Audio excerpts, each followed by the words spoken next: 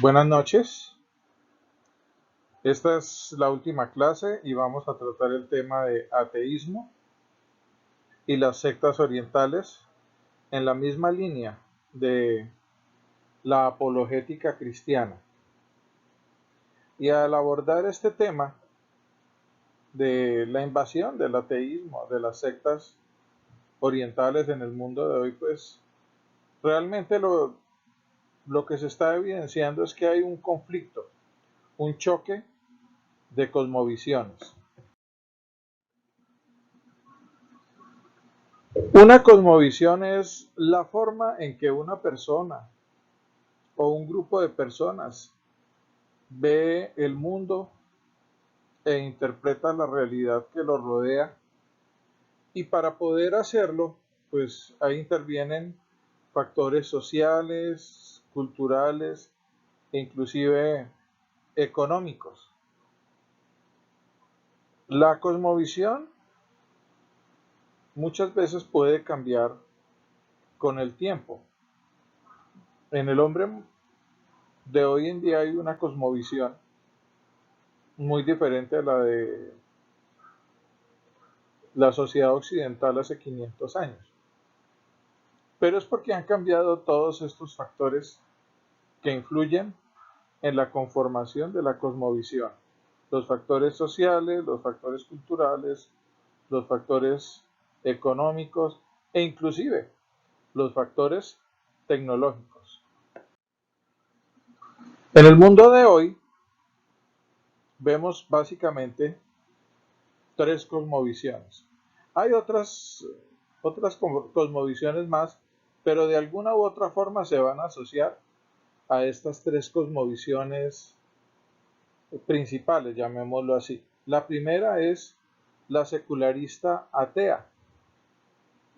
En esta cosmovisión pues se concibe que solo existe el mundo físico, que está controlado por leyes naturales, que no existe mundo espiritual, que no existe un universo sobrenatural que pueda influir sobre el universo físico.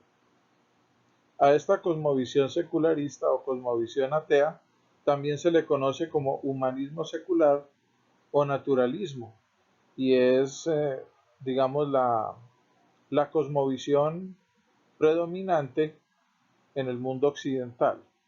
Y pues uno de sus más reconocidos expositores es Stephen Hawking o Richard Dawkins. En el segundo lugar está la cosmovisión animista, que ve un universo físico, pero también un universo que va más allá, un universo, llamémoslo así, espiritual, dominado por ánimas, espíritus, dioses, en donde el ser humano toma como en segundo lugar el universo físico y se concentra en apaciguar a estos seres espirituales, manejarlos para que no le hagan daño y finalmente terminar volviéndose uno de ellos para liberarse del sufrimiento. Finalmente está la cosmovisión cristiana, que está fundamentada en las escrituras hebreas, en donde se cree que existe una realidad más allá del universo físico. Ese es el mundo de Dios, un Dios personal, trascendente, santo, poderoso, lleno de amor, que creó las cosas y que creó al ser humano a su propia imagen y compartiendo su dignidad con él. El secularismo ateo comenzó a tomar fuerza y a configurarse a partir de la Revolución Francesa. La Revolución Francesa, eh, en muchos círculos es conocida como la revolución de la razón. Y pues para ellos la religión va en contravía de la religión. Creer en un Dios es algo que está totalmente opuesto a la ciencia y a la razón. De hecho, durante la Revolución Francesa, la archifamosísima Catedral de Nuestra Señora en París fue consagrada a la diosa razón. Eslogan o resumen de los postulados de este secularismo ateo: en función de la razón, libertad, igualdad, fraternidad.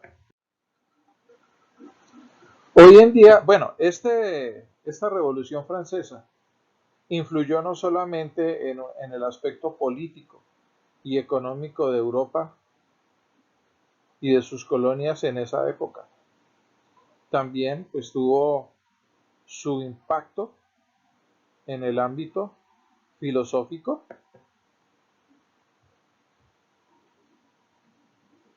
Vemos aquí una frase de Einstein en donde retoma o saca a relucir la filosofía de Baruch Spinoza, un filósofo de la Edad Media,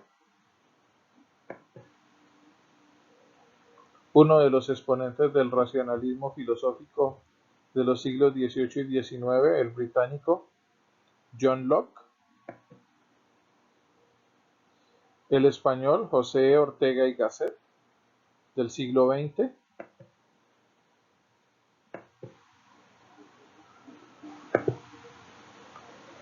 otro de los grandes exponentes de esta corriente filosófica, Sir Bertrand Russell.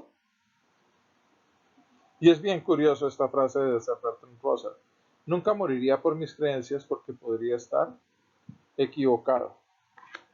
Esta frase nos está mostrando algo del talante de esta filosofía racionalista. Y ya nos está diciendo que en esta corriente filosófica no existe nada absoluto, sino que todo está sujeto a cambio, a renovación, a rectificación. No hay nada absoluto. Y eso está en contravía de lo que dice la Biblia, porque Dios no cambia y por lo tanto Dios sí es un absoluto. Bueno, otro de los célebres expositores, el británico David Hume. Y fíjese que en primer lugar va la razón, pero está asociando la razón con las pasiones, es decir, con el mundo sensorial. Para él no cuenta para nada un mundo espiritual, de hecho no existe. La diosa razón, de la que estaba hablando Hume. Y en nuestra posmodernidad, este filósofo turco, Rıza Kapuscinski, hace un planteamiento que resume muy bien cómo están las cosas hoy en día. La ideología del siglo XXI debe ser el humanismo global, pero tiene dos peligrosos enemigos: el nacionalismo y el fundamentalismo religioso.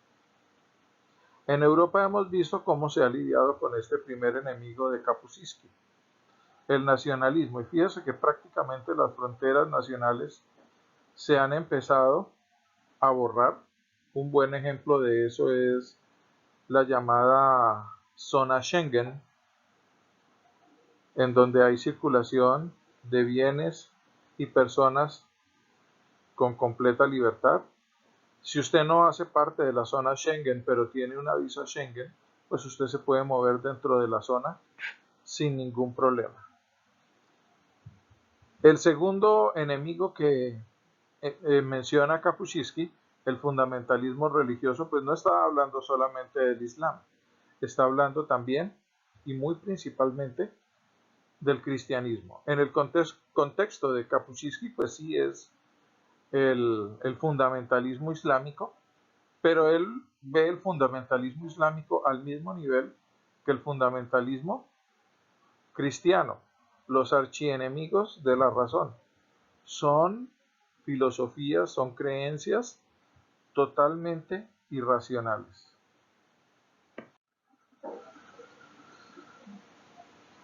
Como veíamos, la cultura occidental se ha ido sumergiendo en el secularismo a partir de la Revolución Francesa.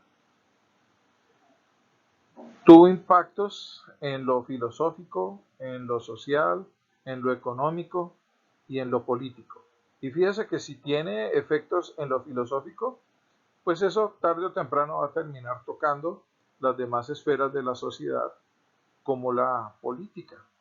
Un buen ejemplo de eso es Friedrich o Federico Nietzsche, filósofo alemán de finales del siglo XIX, que expresaba, por ejemplo, su clara aversión al cristianismo, diciendo que eso es algo irracional, en su célebre obra Anticristo. El efecto o la manifestación política de esta filosofía de Nietzsche se vio en la Alemania nazi, que terminó haciendo una segregación política, económica, racial y cultural que produjo más de 200 millones de muertos. Entonces, ese es el camino que está marcando el secularismo. La vida humana no tiene ningún valor porque es algo relativo. Hay demasiados seres humanos, entonces se mueran unos cuantos, eso no tiene problema. De todas maneras son seres que existen por casualidad, no tienen un propósito definido. Entonces, que estén vivos, que mueran, que aparezcan o que desaparezcan, no tiene ningún valor. Entonces, lo que estábamos diciendo es que propugna la concepción cristiana: la vida debe ser sagrada.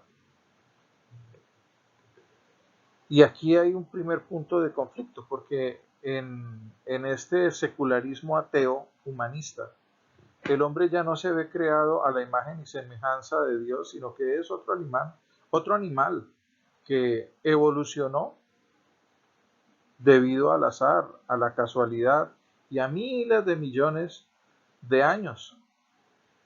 Por lo tanto, no es nada especial y da lo mismo que se muera un ser humano a que se muera un pollo. La gran consecuencia de esta forma de ver el mundo y de ver la vida humana es que desaparecen los conceptos éticos y morales. Y como consecuencia de la pérdida de la ética y la moral, la vida humana también pierde su valor. Una forma en que se manifiesta eso hoy en día, además del desprecio de las dictaduras por la vida humana, es el animalismo. Vale más la vida de un toro de lidia, de un pollo, de un cerdo, de una res en un matadero, que un ser humano. Los animalistas le hacen más escándalo a las corridas de toros que a la cantidad de personas que mueren por robarles un celular. Eso no es noticia, eso no es importante. Lo importante es que un animal está tratando de superdepredar sobre otros, tanto que amenaza con destruirlos. Y pues hay una última raíz de esto, de este animalismo, además del humanismo ateo, que es la transmigración de las almas o la reencarnación. Si usted mata a un animal, usted le está cortando el karma a alguien. Pero curiosamente, si usted mata a una persona, eso no es tan complicado, eso no es tan problemático. Pues si uno tiene todavía unas distinciones éticas, morales, eso sería un contrasentido. ¿Cómo así que es un problema matar a un animal, pero no es un problema matar a un ser humano? Eso nos lleva al segundo punto, que es el relativismo moral.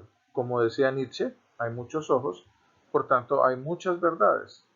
Por tanto, la verdad no existe. Otra forma de verlo es: yo tengo mi verdad, tú tienes tu verdad, mi verdad es tan válida como tu verdad. En este orden de ideas, en el mundo moderno habrían algo así como 7.000 millones de verdades, todas válidas, pero ahora imagínense todas esas concepciones chocando entre sí.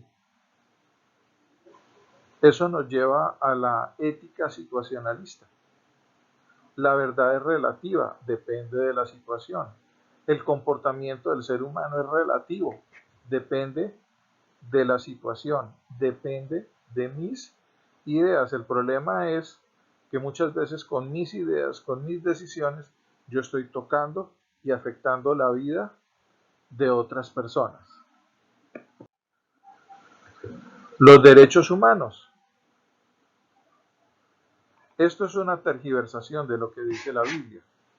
Nosotros los seres humanos, de acuerdo con la concepción bíblica, somos imagen de Dios. Somos un reflejo de Dios y nuestro valor depende de eso. Si Dios es valioso y nosotros estamos creados a la imagen de Dios, de ahí nace nuestro valor como personas. Sin embargo, en el humanismo ateo, pues se recogen las raíces que plantó la Revolución Francesa.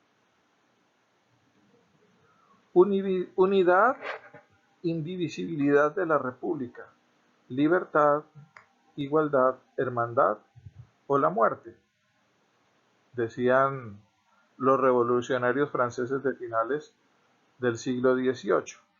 Hoy en día nosotros lo vemos de una manera un poquito más eh, eufemística, pero estas son las raíces. Si no hay eso, la muerte. Mire lo que dice el profeta Isaías.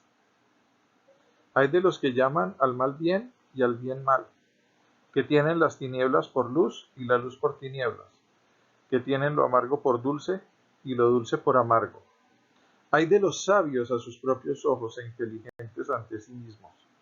Hay de los héroes para beber vino y valientes para mezclar bebidas, que justifican al impío por soborno y al justo por su derecho. Eso nos lleva al cuarto punto, la familia. La familia hoy en día es muy atacada porque es vista como una construcción, llamémoslo así, utilizando el lenguaje de los marxistas culturales, de la tradición judeocristiana patriarcal. Entonces, si nosotros nos vamos por la línea humanista, la familia monogámica cristiana es un dinosaurio. De ahí la importancia y la defensa que se hace en los medios de comunicación y en las esferas de la alta política, por ejemplo, del movimiento LGBTI, y cómo, a pesar de estar en una civilización occidental capitalista, se han infiltrado muchos postulados de izquierda. Hace 50 años, la izquierda se caracterizaba por lo que cualquier revolucionario de su época llamaba la lucha de clases.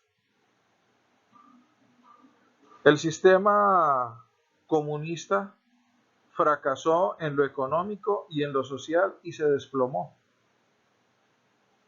Hoy en día, la izquierda se ha reencauchado y en cierta forma reinventado, pues ya no se habla de la lucha de clases, ahora se habla de la lucha de géneros.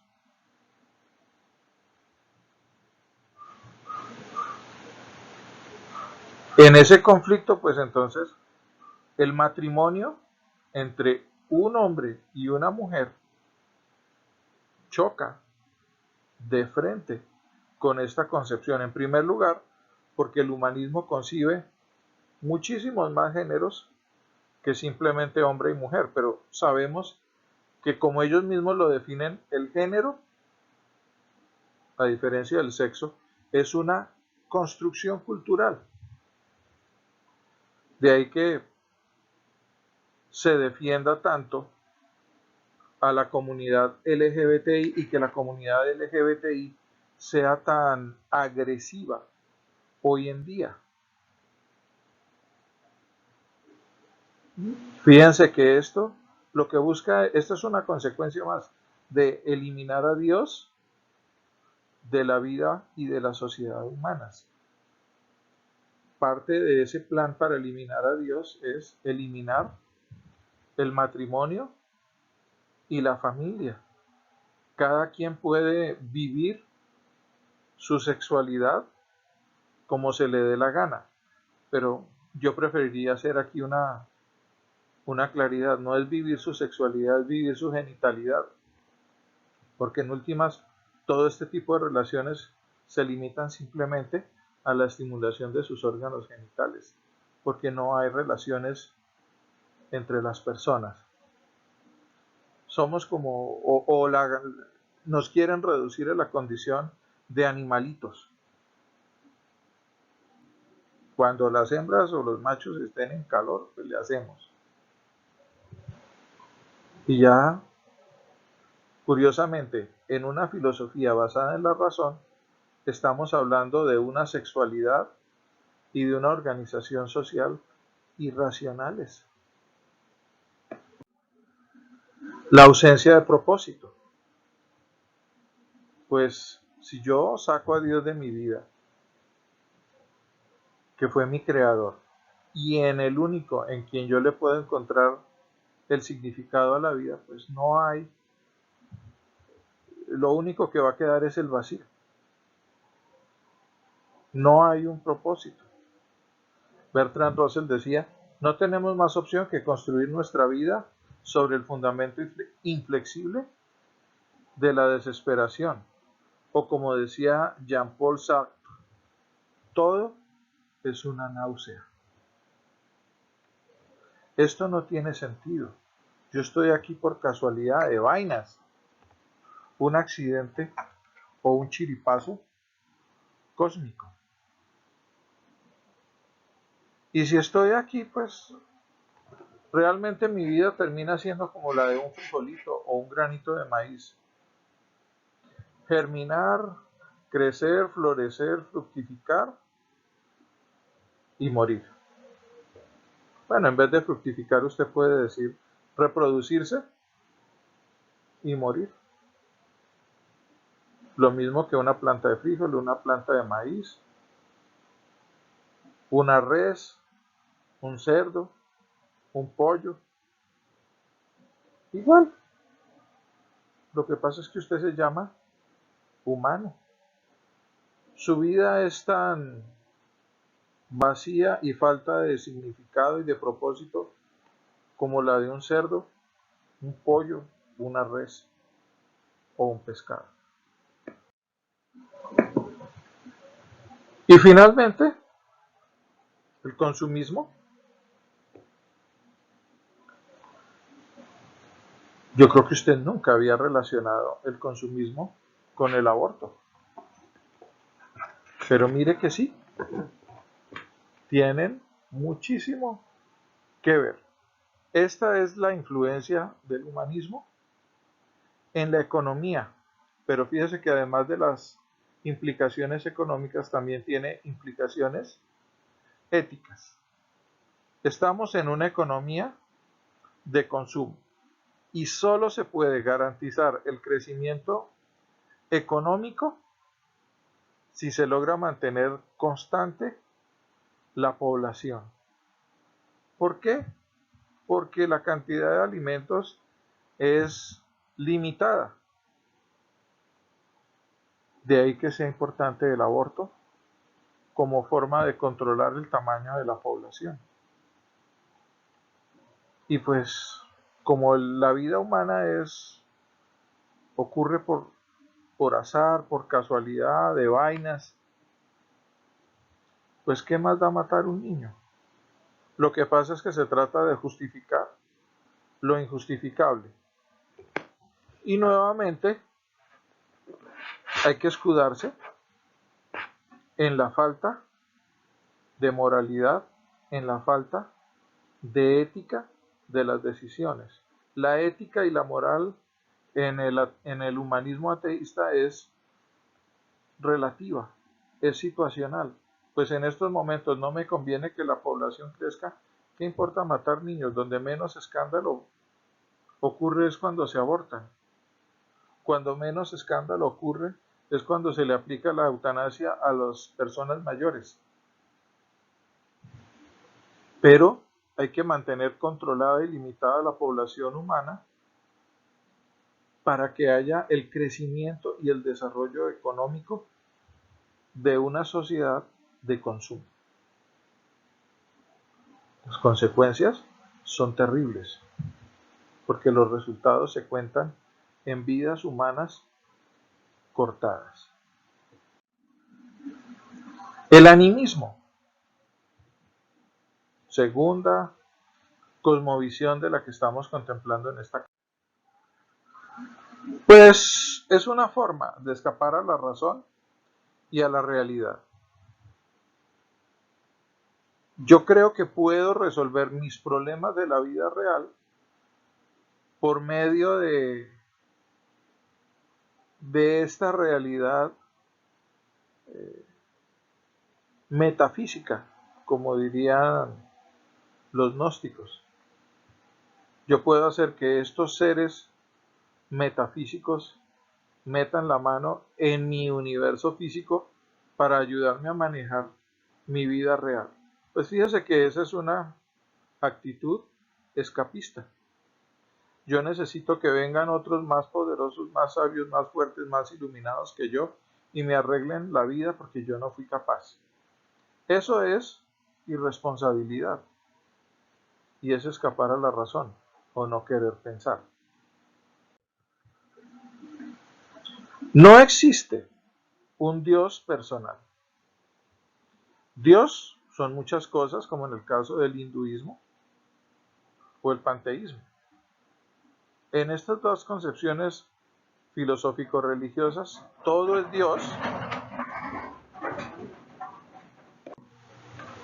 Por ejemplo, el agua es Dios, las nubes son Dios, los árboles son Dios, los animales son Dios, los seres humanos somos Dios, todo es Dios. Una buena exposición de esta cosmología es la saga de la Guerra de las Galaxias, con su archifamosísimo que la fuerza te acompañe. Pues sí, la fuerza es algo impersonal y fatalista. Se percibe como un mundo más allá que de alguna forma está influyendo en mi vida y que si yo la embarro en esta vida, yo puedo seguir viniendo y viniendo y viniendo y aprendiendo, como lo dice la reencarnación. Yo puedo venir aprendiendo y corrigiendo mi mal karma y cambiándolo por buen karma hasta que alcance el nirvana.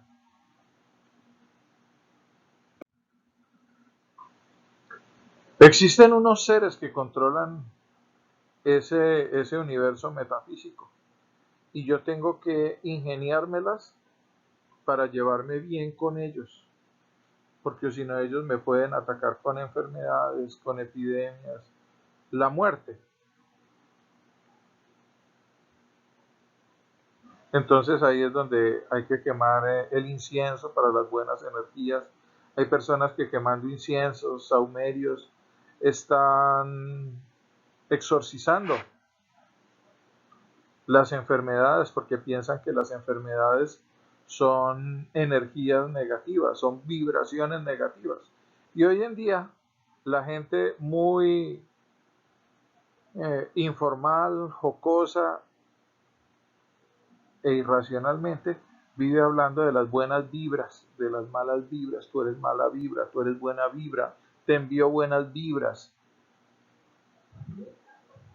Y fíjese que eso es algo absurdo e irracional. Eso es tratar de eludir la realidad. Yo no me quiero estrellar con la realidad. Consecuencias. En primer lugar, el relativismo a todo nivel. Mi verdad es tan válida como tu verdad. Cada quien habla desde su propia perspectiva y todas las perspectivas son válidas. Y si no, miremos cómo es el ejercicio de la justicia hoy en día. Reaparecen los cultos politeístas paganos animistas de la antigüedad. Entonces vemos el resurgimiento de los cultos indígenas aquí en América, de los cultos celtas en Europa, etc. Pues también el arte se ve afectado. La música tiene un fuerte componente espiritual y muchas bandas musicales, sobre todo las de rock, pero no son las únicas, porque inclusive la música clásica también tiene sus exponentes de esta concepción, pues están hablando de ver cómo se apacigua al principal espíritu de ese universo metafísico. Pues ya estamos viendo a qué espíritu o a qué espíritus estamos haciendo referencia. Satanismo, muy de la mano con el concepto de anticristo. En últimas, es llevar a la gente al infierno, a compartir el destino eterno que ha sido reservado para Satanás y sus ángeles, no para el ser humano. Pero si el ser humano escoge ir detrás de Satanás, pues va a compartir el destino de Satanás.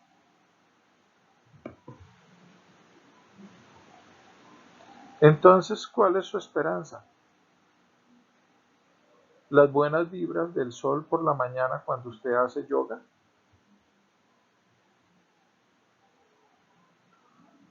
Cerrar los ojos y negar que existe el espíritu humano y que existe Dios. Aquí es donde vemos cómo el animismo y el humanismo ateo se dan la mano. En el humanismo ateo no existe Dios, pero todas las características de Dios se le atribuyen al universo físico. El universo físico ha existido siempre, desde la eternidad, y va a seguir existiendo hasta la eternidad. Ese es un atributo de Dios. El universo se gobierna a sí mismo por medio de las leyes de la física, decía Stephen Hawking. Y en últimas, todos estos científicos llegan a adorar a la naturaleza como cualquier hinduista o cualquier animista de las selvas de Borneo, de Nueva Guinea o del Amazonas.